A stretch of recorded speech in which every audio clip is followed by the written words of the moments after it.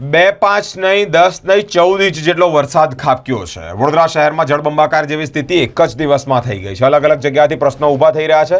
તો અલગ અલગ જગ્યાથી તેને સાંધા મારવા માટે, તેને રફુ કરવા માટે મિટિંગો પણ થઈ રહી છે. કારણ પ્રી મોન્સૂનની કામગીરી. મિત્રો, આકાશી નજારો સામે આવ્યો છે. એક નજારો તો સારો છે, પરંતુ આ નજારા પાછળ કંઈક કેટલી વેદનાઓ છે એ વેદના પણ જોવી પડે એવી છે. આ નજારો જે છે તે વડોદરા શહેરનો નજારો છે. આકાશી નજારો કહેવાય. આકાશી નજારો 14 ઇંચ વરસાદનો વડોદરા શહેરમાં કેવો છે તેની વિશેષ માહિતી પણ મેળવીએ. શહેરના પૂર્વ વિસ્તારમાં અનેક સોસાયટીઓમાં હજુ પણ જળબંબાકાર જેવી સ્થિતિ છે. અત્ર તત્ર સર્વત્ર વરસાદ જ વરસાદ. ધોધમાર વરસાદ વરસ્યો, જેને લઈને જ પાણી ભરાઈ રહ્યા છે.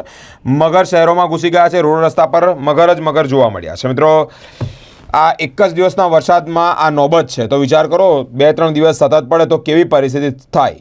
બીજી તરફ મગરો શહેરમાં આવી ગયા છે. વડોદરામાં મગરે શ્વાનનો શિકાર કર્યો, ત્યારબાદ ભૂંડનો પણ સ્વીકાર કર્યો તેવી પણ અપડેટ આવી છે. મગર માનવ વસાહતમાં આવી જતા લોકોમાં ડર પણ જોવા મળી રહ્યો છે. નીચાણવાળા વિસ્તારની વાત કરું તો ત્યાં પણ હજી પાણી ભરાયા છે. હજુ પાણી ઓસર્યા નથી.